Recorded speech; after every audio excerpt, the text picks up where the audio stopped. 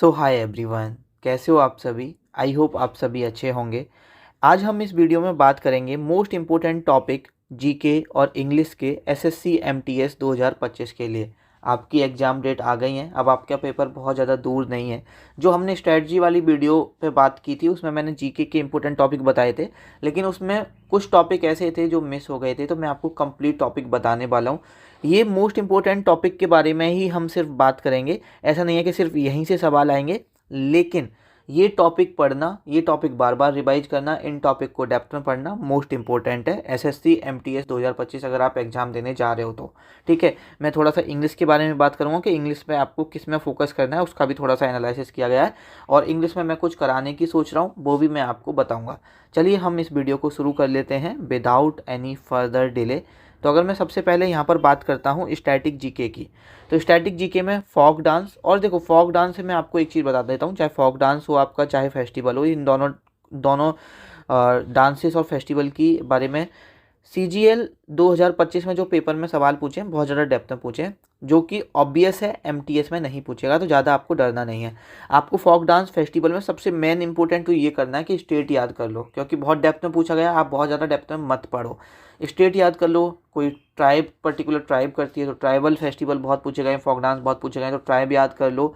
ठीक है, जैसे रीजन वगैरह पूछा गया है ना आपके सीजीएल में, वैसे रीजन नहीं पूछा जाएगा कि किस रीजन में है। बहुत ज़्यादा इंपॉर्टेंट फोक डांस या फेस्टिवल होगा तब रीजन पूछा जाएगा, या हाथ को होल्ड करते हैं, कंधे पे हाथ रख के डांस करते हैं, कैसे करते हैं, सर्कुलर में करते हैं, तो 99% प्रोबेबिलिटी है कि उस तरह के सवाल आपके पेपर में नहीं आएंगे। स्टेट पूछ लेंगे, ट्राइब पूछ लेंगे, किसी भगवान के लिए समर्पित है तो वो पूछ लेंगे। ठीक है, और ज़्यादा डेप्थ में नहीं बनेंगे, तो ज़्यादा घबराओ मत, इनको अच्छे से कर लो, बार बार मल्टीपल टाइम रिवाइज कर लो, बहुत इंपॉर्टेंट टॉपिक है। स्कीम और इनिशिएटिव से बहुत इंपॉर्टेंट सब बहुत ज़्यादा सवाल आ रहे हैं, तो स्कीम आपको पता होना चाहिए, स्कीम का ऑब्जेक्ट आपको पता होना चाहिए। ठीक है, जितनी भी गवर्नमेंट स्कीम रही हैं हाल फिलहाल में, पुरानी, ये करंट अफेयर के पॉइंट ऑफ व्यू से भी इंपॉर्टेंट है। ठीक है, वैसे ही बुक्स एंड ऑथर से सवाल आ रहे हैं, तो books and author static GK वाला पोर्शन भी इंपॉर्टेंट है, और जो नई करंट अफेयर की क्लासेस हैं, जो करंट अफेयर है उसमें भी इंपॉर्टेंट है। ठीक है, folk theatre and martial art से थोड़े सवाल आ रहे हैं, ये पढ़ लेना। और थोड़ा फॉक म्यूजिक हम कम पढ़ते हैं, थोड़ा फॉक म्यूजिक के पढ़ लेना, वहाँ से भी सवाल देखने को मिल रहे हैं। उसके बाद क्लासिकल डांस और क्लासिकल म्यूजिक, क्लासिकल म्यूजिक से भी काफ़ी सवाल बने हैं, तो क्लासिकल डांस और क्लासिकल म्यूजिक भी आपको अच्छे से पता होना चाहिए। स्पोर्ट्स तो वन ऑफ द इम्पोर्टेंट है, ये स्पोर्ट्स आप छोड़ नहीं सकते, जितना भी आपको स्टैटिक जीके में स्पोर्ट्स कराया गया है वो सारा ही स्पोर्ट्स आपको करना है। उसके बाद अगर हम बात करते हैं करंट अफेयर्स की, तो करंट अफेयर में इंपॉर्टेंट टॉपिक है अपॉइंटमेंट, छोड़ना नहीं है बिल्कुल भी। जितने भी करंट की लास्ट 2 साल की 2 ईयर्स की जितने भी करंट अफेयर में आपकी अपॉइंटमेंट है सब याद करना है। बाद बाकी का आपको कहाँ से करना है कहाँ से नहीं करना है इसकी टेंशन के लिए देखो, मैं करंट अफेयर का एक वन शॉट करा चुका हूँ, जो कि मैंने सितंबर में अपलोड किया था, एक वो वन शॉट देख लो, और एक 23 जनवरी को एडिशनल एक करंट अफेयर का वन शॉट देख लेना। एक क्लास और आएगी करंट अफेयर की, क्योंकि वो हमने सितंबर में की थी और अभी जनवरी में आएगी, 23 जनवरी को वो क्लास आएगी। उसमें सभी को अच्छे से हम एनालिसिस करके जितने भी अभी तक आपके पेपर में पूछे गए हैं और जो एडिशनल करंट अफेयर है सारी एक क्लास में करा दूंगा। करंट अफेयर के लिए ये 2 क्लास मोर देन इनफ रहेंगी। उसके बाद आपकी मिलिट्री एक्सरसाइजेस, मिलिट्री एक्सरसाइजेस एक इम्पोर्टेंट है, क्योंकि मिलिट्री एक्सरसाइजेस हम जनरली नहीं पढ़ते हैं, लेकिन पेपर में इस बार आपके मिलिट्री एक्सरसाइजेस से सवाल आए हैं। स्कीम, स्कीम आपकी इंपॉर्टेंट है। देखो मिलिट्री एक्सरसाइजेस से सीजीएल वगैरह में आपको क्वेश्चन देखने को मिलेंगे कि कहाँ पे हुआ है, कौन सा एडिशन था, लेकिन एमटीएस में मोस्ट प्रोबेबली है कि आपके इस तरह के सवाल बनेंगे कि ये मिलिट्री एक्सरसाइज किन 2 देशों के बीच में होती है। ठीक है, तो ज़्यादा प्लेसेस वगैरह पर रटने की कोशिश मत करना, क्योंकि अब उतना टाइम नहीं है कि ये सब पढ़ पाओ आप। पढ़ने को तो पढ़ना चाहिए, बट हमें मोस्ट इंपॉर्टेंट जिसकी प्रोबेबिलिटी ज़्यादा है वो ज़्यादा पढ़ना है। ठीक है, करंट अफेयर और स्टैटिक जीके में दोनों में ही स्कीम इंपॉर्टेंट है। डेज और थीम से भी सवाल बने हैं, तो ये भी थोड़ा आप पढ़ लेना। स्पोर्ट्स से तो मैंने बताया जैसे कि स्टैटिक जीके में भी इंपॉर्टेंट है, करंट अफेयर में भी इंपॉर्टेंट है। कुछ जैसे G20 समिट है, G7 समिट है, जितनी भी इंपॉर्टेंट समिट्स हैं जिसमें भारत ने पार्टिसिपेट किया, भारत के किसी मिनिस्टर ने पार्टिसिपेट किया है, वो इम्पोर्टेंट है। रैंकिंग एंड इंडेक्सेस इंपॉर्टेंट है, जैसे अभी आपके जो सीजीएल का पेपर था उसमें पूछा गया कि कौन कौन से फैक्टर इंक्लूड किए जाते हैं इसकी रैंकिंग निकालने के लिए, कौन सी ऑर्गेनाइजेशन करती है। तो आपके पेपर में मोस्ट प्रोबेबली किस तरह के सवाल बनेंगे कि इसमें भारत की रैंक क्या है, इसको किसके द्वारा पब्लिश किया जाता है। तो एटलीस्ट आपको 2 चीज़ पता होनी चाहिए। ठीक है, अगर आप किसी भी रैंकिंग या इंडेक्स को पढ़ रहे हो कि भारत की रैंक क्या है, ठीक है। टॉप कंट्री भी देख लेना अगर याद करना चाहो कि उसमें टॉप कंट्री कौन है, लेकिन बहुत कम सवाल पूछे जाते हैं तो एडिशनल चीज़ें मत करो अभी, पहले और चीज़ें कर लो, टाइम मिले तब कर लेना। उसे पब्लिश कौन करता है रिपोर्ट को, ये याद कर लेना। जो फैक्टर्स, कौन कौन से फैक्टर्स इंक्लूड हैं और ये सारी चीज़ें हैं, वो शायद आपके पेपर में नहीं पूछी जाएंगी। जिस हिसाब से एडीक्यूटी का पैटर्न रहा है कि CGL में बहुत टफ, CHSL में उसमें थोड़ा सा ईजी कर दिया, MTS में थोड़ा और ईजी कर देंगे, ठीक है। आगे अगर हम बात करते हैं हिस्ट्री की, तो हिस्ट्री अगर हम बात करते हैं हिस्ट्री, ज्योग्राफी, पॉलिटी, इकोनॉमिक्स, तो आपका हिस्ट्री का वेटेज थोड़ा ठीक ठाक रहा है, पॉलिटी का भी थोड़ा ठीक ठाक रहा है, बाद बाकी का ज्योग्राफी और इकोनॉमिक्स थोड़ा सिमिलर रहा है, ज्योग्राफी का कम रहा है, इकोनॉमिक्स से फिर भी सवाल बने, मैं अभी बताऊंगा टॉपिक्स। अगर हम हिस्ट्री की बात करें तो Indus valley civilisation, Gupta period, और देखो इन सभी का ना एडमिनिस्ट्रेशन सिस्टम याद करना है। ऐसा नहीं है कि सिर्फ आपने रूलर्स के बारे में कम पूछा है, administration system, taxation, tax system, ये सब के बारे में पढ़ना। जैसे गुप्ता एम्पायर का एडमिनिस्ट्रेशन सिस्टम, टैक्सेशन, इनके बारे में पढ़ना, यहाँ से सवाल बनेंगे। बुद्धिज्म के बारे में पढ़ेंगे, और पूरी हिस्ट्री में आर्ट्स एंड कल्चर से सवाल बने हैं, ठीक है। आर्ट्स एंड कल्चर कहने का मतलब उनकी आर्किटेक्चरल स्टाइल क्या, किस तरह से यूज करते थे, वो सारी चीज़ें भी आपको पता होनी चाहिए, ठीक है, वो भी आपको याद करना है। उसके बाद वैदिक पीरियड से भी सवाल बने हैं, चोला, पालाज, राष्ट्रकूट, प्रतिहाराज, इन डायनेस्टी से भी, जो रीजनल डायनेस्टी थी उनसे भी सवाल बने। मौर्यन एम्पायर से भी काफ़ी सवाल बने, तो मौर्यन एम्पायर भी कर लेना, इसका मतलब आपको एडमिनिस्ट्रेशन एंड टैक्सेशन भी देखना है इसका। उसके बाद दिल्ली सल्तनत अच्छे से करनी है, एडमिनिस्ट्रेशन और टैक्सेशन देखना है। मुगल एम्पायर का भी एडमिनिस्ट्रेशन, टैक्सेशन, और इनमें जो भी आर्किटेक्चर है, इनका आर्किटेक्चर भी अच्छे से करना है, इम्पोर्टेंट है, ठीक है। आपको दिल्ली सल्तनत का, मुगल एम्पायर का, इनका आर्किटेक्चर भी आपको अच्छे से करना है। विजयनगर एम्पायर भी इम्पोर्टेंट है। ईस्ट इंडिया कंपनी आई आपकी भारत, ठीक है, उनके आगमन के बारे में। उसके बाद ब्रिटिश एक्ट, जो भी मैं शुरू से बताते आया हूँ कि 1757 से लेके आपका 1947 तक जितने भी ब्रिटिश एक्ट एंड पॉलिसीज आई, सब के बारे में आपको पता होना चाहिए, यहाँ से सवाल बन रहे हैं।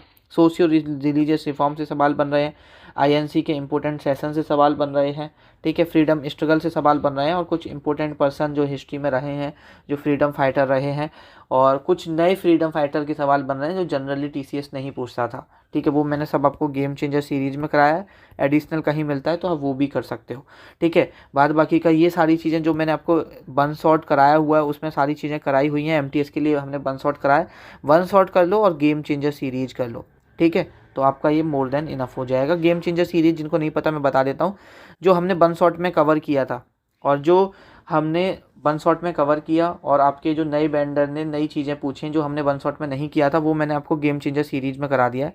टोटल 11 लेक्चर आएंगे, 9 लेक्चर ऑलरेडी आ चुके हैं, ठीक है। आपका जो 10 और 11 लेक्चर है, ये आपका मंडे को और फ्राइडे को आएगा, जो आपका अपकमिंग मंडे एंड फ्राइडे है। इस वीक कोई भी क्लास गेम चेंजर सीरीज की, या वैसे हम लेक्चर पे काम नहीं कर पा रहा हूँ क्योंकि मैं आउट ऑफ स्टेशन हूँ। जो कनेक्टेड है उनको बताया हुआ है कि ड्यू टू सम रीजन की मैं आउट ऑफ स्टेशन हूँ पूरी वीक, और ये भी मैं घर पे बैठ के क्लास रिकॉर्ड नहीं कर रहा, ये जो वीडियो बना रहा हूँ, ठीक है, एक होटल में बैठ के वीडियो बना रहा हूँ। तो बेसिकली ये है कि आपको मैं इस वीक तो नहीं दे पाऊँगा क्लास, इसीलिए हमारी करंट अफेयर की भी 23 जनवरी को क्लास आएगी, क्योंकि 16-17 जनवरी तक आपकी गेम चेंजर सीरीज चलेगी। उसके बाद करंट अफेयर की क्लास में काम करने में मेहनत लगेगी। वैसे मैंने स्टार्ट कर दिया, लेकिन अभी मुझे उतना टाइम नहीं मिल पा रहा है क्योंकि थोड़ा काम रहता है। तो उसके बाद जैसे ही मैं यहाँ से फ्री होता हूँ, मैं ज़रूर इस पर काम करूँगा, ठीक है। हिस्ट्री के बाद थोड़ा सा आगे हम बात कर लेते हैं पॉलिटी के बारे में। Fundamental rights, DPSP, parliament, union and state relation most important, fundamental rights, finance most important, service under union and states most important, emergency provision. Polity के अंदर इंपॉर्टेंट सवाल बन रहे हैं, तो ये सारे टॉपिक से, आर्टिकल से भी पूछे जा रहे हैं, जनरल सवाल भी पूछे जा रहे हैं, तो ये भी आपको पता होना चाहिए। उसके बाद अगर हम बात करें ज्योग्राफी का मोस्ट इंपॉर्टेंट टॉपिक जियोमॉर्फोलॉजी, इसलिए क्योंकि इस पर हम कम फोकस करते हैं, लेकिन एडीक्यूटी कह रहा है कि भैया जिस पर तुम कम फोकस कर रहे थे, जिस पर TCS कम फोकस कर रही थी, उस पर हम ज़्यादा फोकस करेंगे। तो जियोमॉर्फोलॉजी अच्छे से कर लेना, इसको मैंने लेक्चर भी कराया हुआ है, इसका लेक्चर भी देख लेना। उसके बाद एग्रीकल्चर, उसके बाद इंडियन फिजिकल ज्योग्राफी, रिवर्स वगैरह के बारे में, हिमालयज के बारे में, पेनिनसुलर प्लेट्यूज वगैरह के बारे में, इनके बारे में थोड़ा सा डेप्थ में पढ़ लेना, यहाँ से सवाल बन रहे हैं। अर्थ एंड एटमॉस्फेयर के बारे में पढ़ना। क्लाइमेट ऑफ इंडिया, जो क्लाइमेट ऑफ इंडिया टॉपिक है ज्योग्राफी का, वो भी इंपॉर्टेंट है आपके पेपर पॉइंट ऑफ व्यू से, तो ये टॉपिक भी आपको कवर करना है। उसके बाद अगर हम आगे बात करते हैं इकोनॉमिक्स का, देखो जो इकोनॉमिक रिफॉर्म रहे हैं 1991 के बाद में, जो एलपीजी रिफॉर्म आए थे 1991 में, फिर उसके बाद जितनी भी रिफॉर्म आई इकोनॉमिक रिफॉर्म वो काफ़ी इंपॉर्टेंट है, ध्यान रखना पेपर पॉइंट ऑफ व्यू से। इंडस्ट्री पॉलिसीज़ काफ़ी इंपॉर्टेंट है, आपके पेपर पॉइंट ऑफ व्यू से काफ़ी सवाल बन रहे हैं। 5 ईयर प्लान काफ़ी इंपॉर्टेंट है, आपके पेपर पॉइंट ऑफ व्यू से 5 ईयर प्लान से काफ़ी ज़्यादा सवाल बन रहे हैं। उसके बाद जो बेसिक्स होते हैं इकोनॉमी के, ठीक है, जो बेसिक्स कंसेप्ट होते हैं, बेसिक्स थ्योरी होती हैं इकोनॉमिक्स की, वो भी इंपॉर्टेंट है, वहाँ से भी सवाल बन रहे हैं, जैसे डिमांड कर्व एंड बहुत सारी चीज़ों से सवाल बन रहे हैं। ठीक है, ये सब अगर आप इकोनॉमिक्स के वन शॉट कर लोगे और गेम चेंजर सीरीज कर लोगे, आपका कंप्लीट हो जाएगा। उसके बाद फिजिकल पॉलिसी से भी यहाँ पर सवाल आपके बन रहे हैं। उसके बाद अगर हम बात करते हैं साइंस की, तो साइंस में देखो सबसे ज़्यादा वेटेज है फिजिक्स का, फिर बायोलॉजी का, और फिर आपको केमिस्ट्री छोड़ देनी है, केमिस्ट्री नहीं पढ़नी है। ठीक है, अब हो सकता है कि एमटीएस में केमिस्ट्री से सवाल पूछ ले, लेकिन अभी ओवरऑल मिला के केमिस्ट्री से सवाल नहीं बने हैं। ठीक है, कुछ 4-5 सवाल बने हैं मे बी, जितने भी एग्ज़ाम कंडक्ट कराए हैं, तो उसके लिए केमिस्ट्री पढ़ना अभी बर्थ इट नहीं है, क्योंकि अभी लास्ट महीना है, इसमें वो चीज़ें करनी है जो मोस्ट रिपीटेडली पूछी जाती हैं। तो फिजिक्स बायोलॉजी पर आपको ज़्यादा फोकस करना है। उसके बाद अगर हम बात करें फिजिक्स में, जैसे sound, electricity, light and mirrors. Biology की बात करें, सेल और प्लांट हार्मोन, ये टॉपिक को थोड़ा सा अच्छे से कर लेना, और सेल्स को बहुत अच्छे से कर लेना, बहुत डेप्थ में सवाल पूछ रहा है। उसके बाद अगर हम नेक्स्ट बात करते हैं, हमारा जीके का हो गया, हम बात कर लेते हैं इंग्लिश के बारे में। तो देखो, अगर मैं इंग्लिश के बारे में बात करूँ तो वैसे तो जनरली जो मैंने आपको 45 ग्रामर रूल कराया है ना, वहीं से सवाल पूछे जा रहे हैं, कोई एडिशनल चीज़ें नहीं पूछी जा रही हैं। ठीक है, जो 45 ग्रामर रूल आपको कराया है वो मोर देन इनफ है। ग्रामर में 45 ग्रामर रूल कर लो, इन सभी रूल से सवाल पूछे जा रहे हैं। लेकिन सबसे ज़्यादा जो सवाल पूछे जा रहे हैं वो पूछे जा रहे हैं सब्जेक्ट वर्ब एग्रीमेंट से। देखो कुछ नहीं है, एक यहाँ पे मेन सब्जेक्ट लिखेगा, इसके एडिशनल इन्फॉर्मेशन दे देगा, और यहाँ पर ये सिंगुलर लिखेगा और यहाँ पे हैव लिख देगा। अब आपको समझ में ही नहीं आ रहा है कि ये जो हैव है ये किसके लिए आया है, और आप पूछ रहे हो यार सब्जेक्ट इसका ये थोड़ी नहीं होगा, इतनी बड़ा एक लिख दिया और उस वर्ड का यहाँ पर एडिशनल इन्फॉर्मेशन लिख के फिर उसकी वर्ब यहाँ पर लगाई है। अब आप बच्चा समझ ही नहीं पा रहा है। अब सीजीएल के देखना, इतना घटिया सवाल पूछे हुए हैं। मैं बता रहा था ना कि मैं इंग्लिश में आपको कुछ बताने वाला हूँ। जो स्पॉटिंग एरर है, सोच रहा हूँ मैं सारे स्पॉटिंग एरर सीजीएल सीएचएसएल के एक जगह कंपाइल करके आपको प्रैक्टिस करा दूँ। बहुत घटिया सवाल पूछे गए हैं कि मतलब बच्चा ये मतलब इतना घटिया है कि आप देख ही समझ जाओगे कि इसमें ये एरर है। लेकिन हमें हार्ड क्यों लग रहे हैं वो मैं बताता हूँ। कि यहाँ पे सब्जेक्ट लिखा हुआ है, बहुत बड़ा एक लाइन का एडिशनल इन्फॉर्मेशन लिख दिया, फिर यहाँ पे इसकी वर्ब लगाई। अब आनी चाहिए थी हैज, लगा दिया हैव, आना चाहिए था हैव, लगा दिया हैज। तो सवालों में कुछ नहीं है, बस तुम्हारी अप्रोच सही होनी चाहिए, और वो अप्रोच सही मैं करा दूंगा एक स्पोर्टिंग एरर की, कैसे भी करके, कितनी भी मेहनत करके। क्योंकि अभी मैंने ना आपसे वादे तो बहुत कर लिए हैं, अब मुझे नहीं पता कि मैं उन्हें फुलफ़िल कर पाऊँगा नहीं, क्योंकि मेरे पास भी टाइम नहीं है। अभी मैं इस वीक के बाद घर पहुंचूंगा, फिर मुझे इस गेम चेंजर सीरीज़ के 2 लेक्चर आने हैं, उन पे काम करना है, करंट अफेयर क्लास पे काम करना है। इंग्लिश में सोच रहा हूँ कि ये स्पॉटिंग एरर वाली जो क्लास है इस पर काम कर लूँ। ठीक है, तो ट्राई करूँगा कि ये सारी चीज़ें आपको दे पाऊँ मैं। 4 फरवरी से पहले भी अगर मैं स्पॉटिंग एरर की क्लास दे दूंगा तो ये कौन सा आपको रटना है। स्पॉटिंग एरर में तो मैं जस्ट आपको अप्रोच बताऊंगा कि कितने घटिया सवाल पूछे गए हैं, कितने आसान सवाल पूछे गए हैं, जिनको आप आराम से कर सकते हो। 2-2 3-3 लाइन के सवाल पूछे गए हैं और है उसमें कुछ नहीं। मैं बस इतना बता रहा हूँ, वो इन लोगों ने चैट जीपीटी से क्रिएट किए हैं, चैट जीपीटी से क्रिएट किए हैं। वो अलग दिख रहे हैं सवाल कि वो चैट जीपीटी से या किसी भी एआई टूल से क्रिएट किए गए हैं वो, और बहुत आसान है, मैं आपको बताऊंगा करना। अप्रोच, राइट अप्रोच बताऊंगा, टेंशन मत लो। ठीक है, स्पॉटिंग एरर का भी एक जो आपका डर है वो भी निकल जाएगा। लेकिन बस सब्जेक्ट वर्ब एग्रीमेंट पे आप कोई भी सवाल लगाओ, आप जब पेपर में बैठे हुए हो, एग्जाम हॉल में बैठे हुए हो, कोई भी आप सवाल लगाओ, आप बस ये देखो कि इसमें सब्जेक्ट वर्ब सही है ना, सब्जेक्ट के अकॉर्डिंग वर्ब है ना। अगर वो है तब कुछ और ढूंढो। बाद बाकी का 45 ग्रामर रूल ऑलमोस्ट इम्पोर्टेंट है आपके लिए, और सारे ही रूल आपको पढ़ने हैं, सारे ही आपको करने हैं।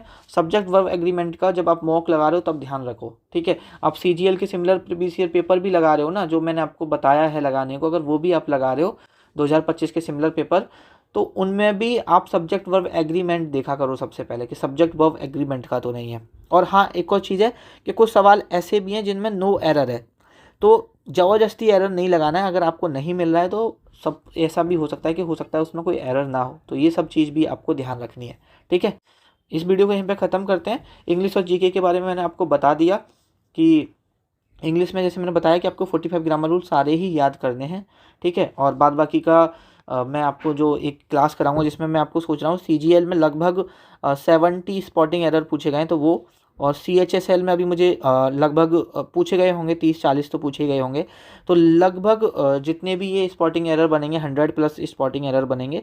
तो इसकी एक क्लास इन सभी को एक PPT में कन्वर्ट करके क्लास करा दूँ। अब वो PPT में कन्वर्ट करना एक एक ढूंढना थोड़ा सा मुश्किल होता है, ठीक है।